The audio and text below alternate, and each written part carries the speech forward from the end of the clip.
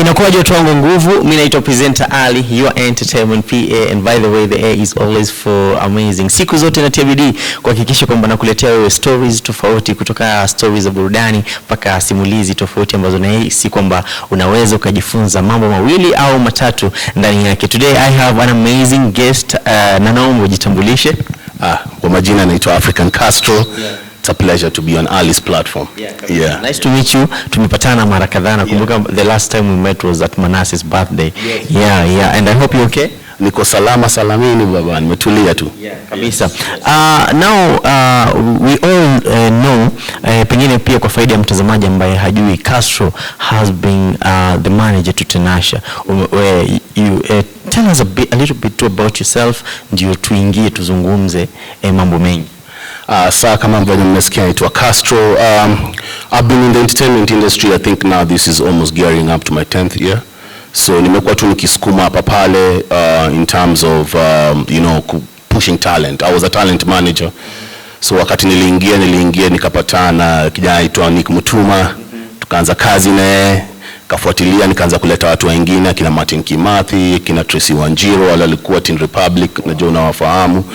Kaleta Shaq the Youngin, kapatana na watu kadhaa tena kutoka hapo. Alafu tena nikapatana sana Tanasha. Hapo nilipatana na Tanasha wakati nilikuwa tu nimeanza kupropel kutengeneza brands za watu kadhaa. I remember very well wakati ambapo pengine Tanasha ameachana na Diamond. Was that the time you started managing her ama bado walikuwa na Diamond?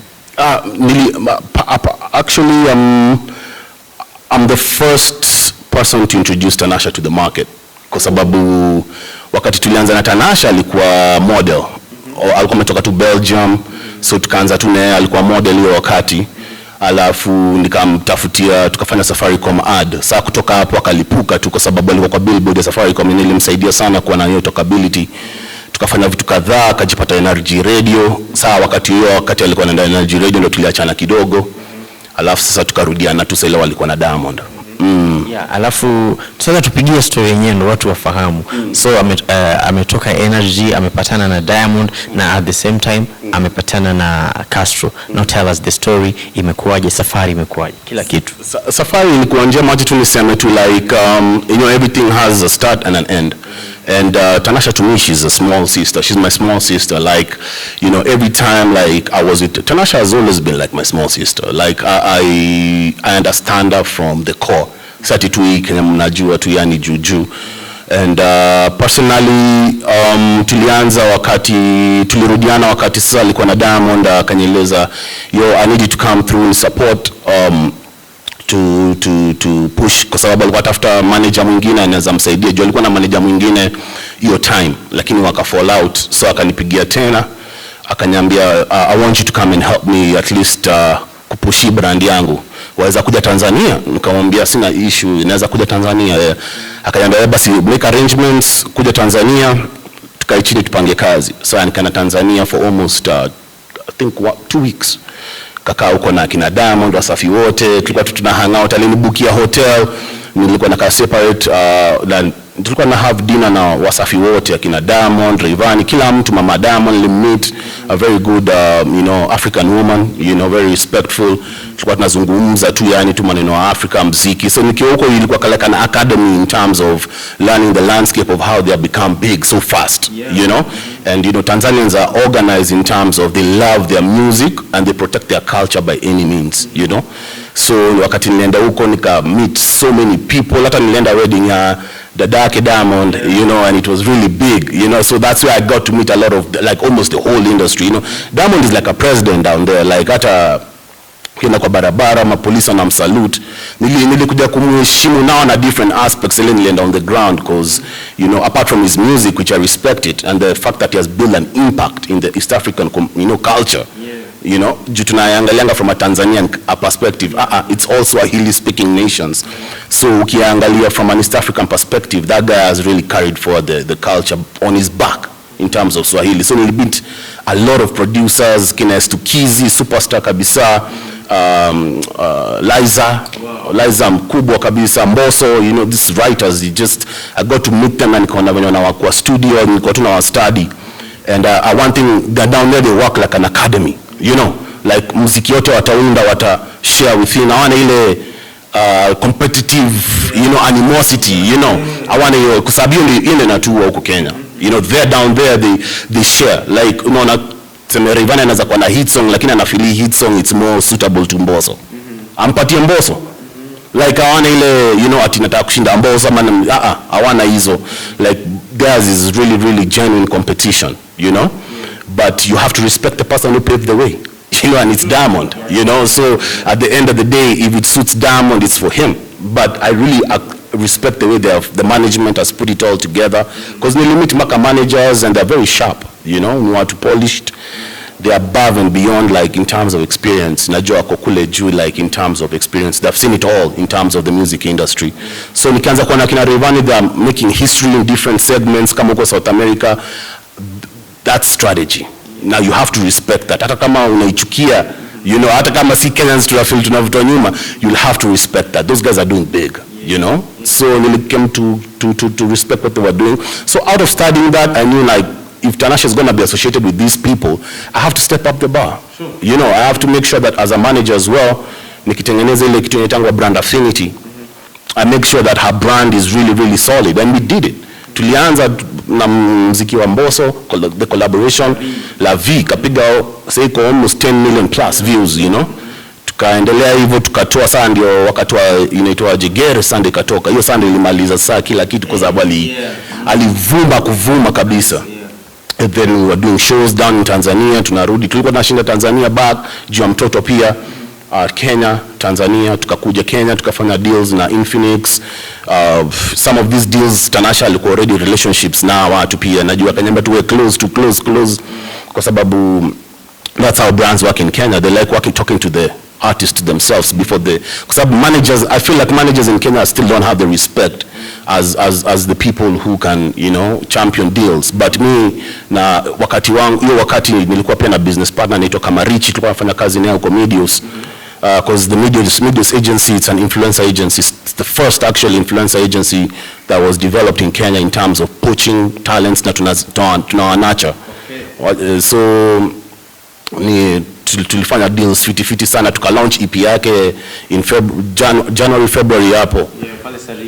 Pale Sarit. Ilikuwa very, very tight, but at least we pulled through. It was one of the best EP launches to ever be done in Kenya. Kwa sababu watu walikuwa wanafanya EP launch, sisi tulianza hiyo trend. So kutoka hapo sasa ndio tukashika mwamba sasa, momentum ikashika, gere nini zote sasa zilikuwa tu zinaenda tu zina fly tu ikafika like a point ambapo people were feeling like ni kama tunaelekea kwenye peak ya career ya Tanasha, and then all of a sudden the relationship drama started. Exactly. Sasa hiyo relationship really affect the momentum tulikuwa nayo. But truth to be told, Tanasha was hurt. Truth to be told, and that's why like I'm very keen on mental health right now and what I'm doing, kwa sababu I could take time, yani could take your break to talk to a professional, in terms of, let's discuss. I'm going through this with my family and I'm a public figure. Nikanawa mikono, nikamwachia sasa the other team to take over. And now, of course, akaendelea na deals zake, and I can say she's doing okay. Yeah. But then now kuna story imelipuka juzi.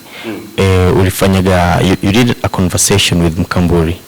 Yeah, and it happened kwamba hiyo story kwanza mlikuwa mnazungumza kama lini hivi? Mimi na Mkamburi tulifanya interview. It was on my platform actually. It's called Established African, yenye tunazungumzia mostly finances and mental health. So alikuwa amekuja tu tulikuwa tunadiscuss yani bloggers perspective in Kenya na venye pia yako na anapigwa vita yake pia na watu unajua. So tulikuwa discuss ni what dig deep in her brain, and then also to tell her story.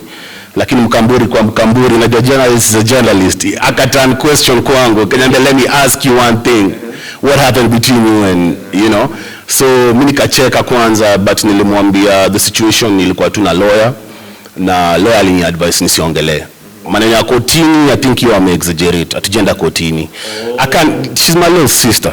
Now unless she wants to take me there, personally I don't want to take her there, but at the end of the day I just had to put like measures whereby at least hata tukizungumza kwa hizi platform nothing is coming out. So it was more of like a cease and desist kind of ukitakuuliza wakili wako atakwambia what is cease and desist kind of you know, agreement whereby umeambia tu mtu tu yani, you know, we cannot speak on each other personal lives outside of, because there's so much she can say about me and there's so much I can say about her, but sisi zitakaifika hapo kwa sababu itasaidia nani? You know, at the end of the day, she's still a pride of Kenyan, you know, women in the entertainment industry. She has built an affinity. Her work, what you're seeing right now, ilikuwa impact yangu, na mimi kazi yangu si kuharibu impact yangu, ili create in society. You know, I don't have an issue. She's my small sister. Like, unaweza kuwa na differences hata nyumbani. You know, basically, when ndugu yako mwelewani, ampatani eye to eye because of things that happen. But sooner or later, mta catch up, you know, because we are a family. Me, I'm still an uncle to the baby, you know, regardless. You know, picture and stuff like that. Your legacy at Tanasha, she can't even write a book without me being in that book. Because she has to. Because military groundwork to where it has gotten to, you know. Mimi ndo nilifanya the foundation, most of it.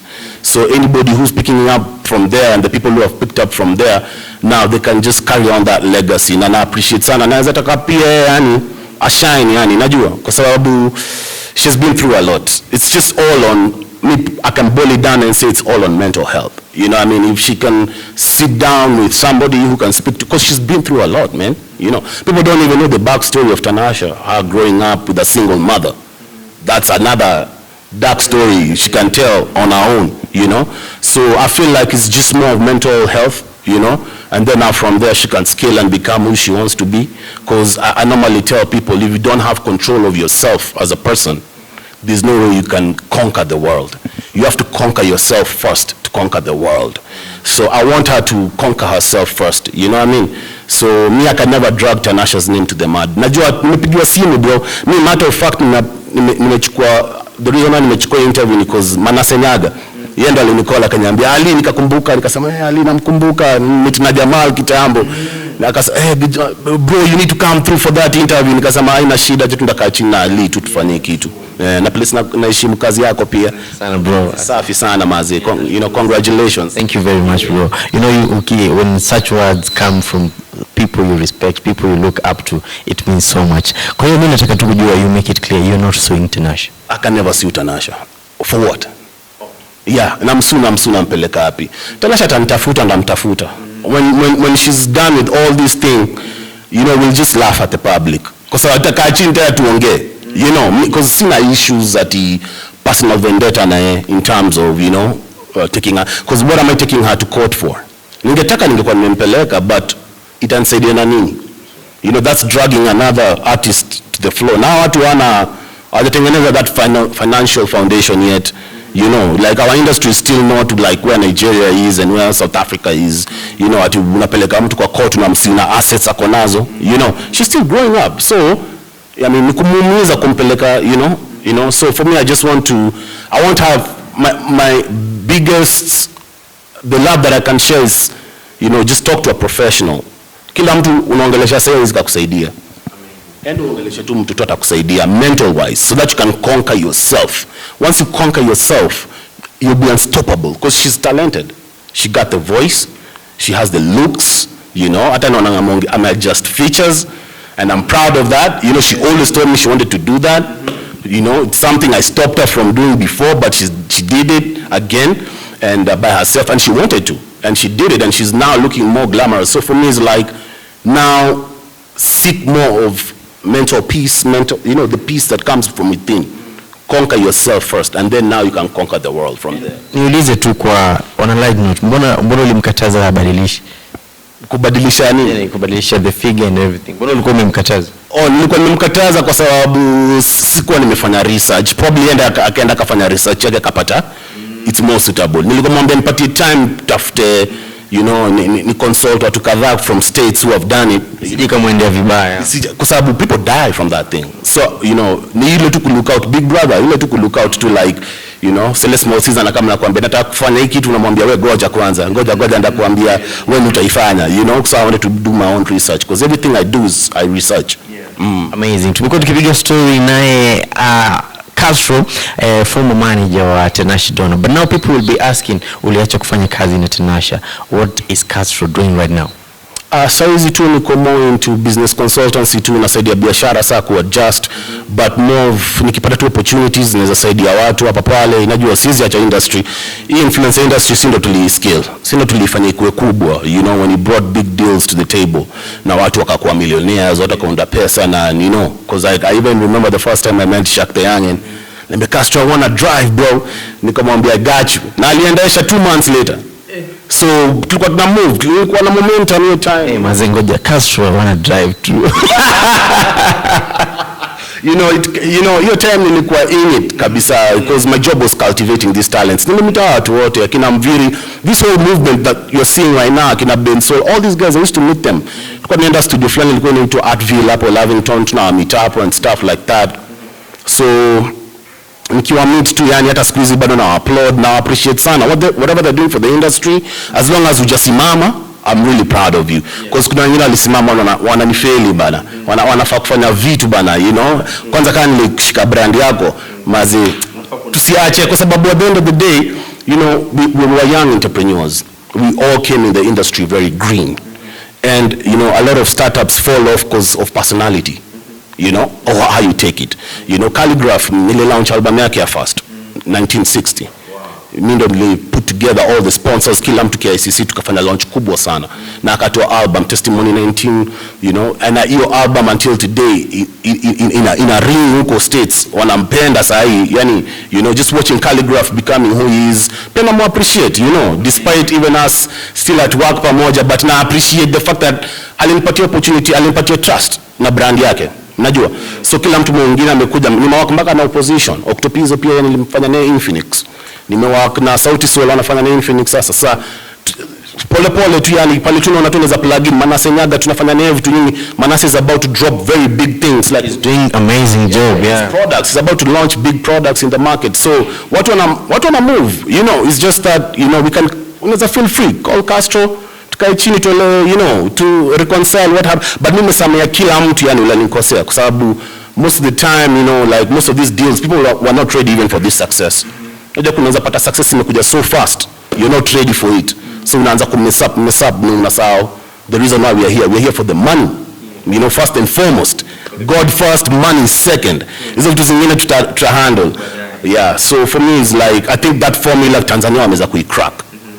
Huku ndio tuja-crack, sababu hakuna academy, hakuna structure, lakini naona Sauti Sol naifanya. Hii Soul Generation, this movement, it's about to be big, you know? And looking at the conversation we're just having, tukimalizia tu, it looks like you have a good background on the, you know, entertainment industry. Is that the same reason why you came up with your podcast, The Established African? Yeah, reason why I came up with Established African was because of the weaknesses that I saw that were in the industry. So I'm teaching financial and mental health.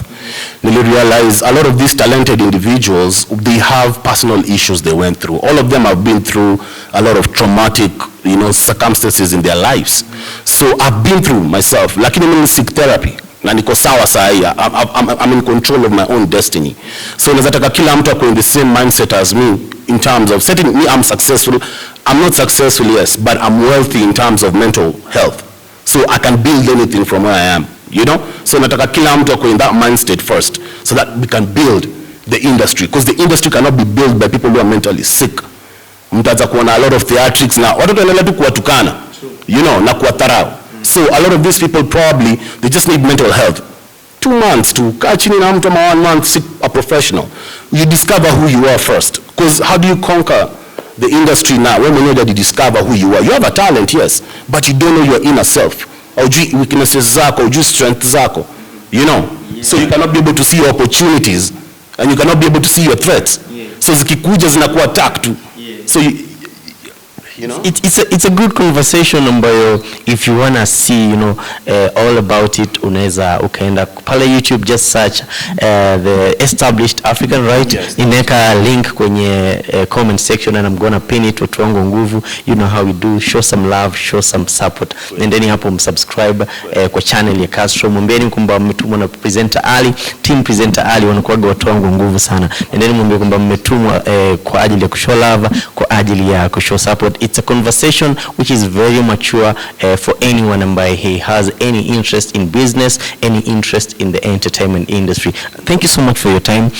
umeiba muda yani. If I wish people could only know. Ameiba muda kwa ajili yangu. Na I'm really grateful, bro. You're a young God, mazi. You're coming up so fast, mazi. Like naangalia tu subscription na kila kitu YouTube, whatever you're doing, bro.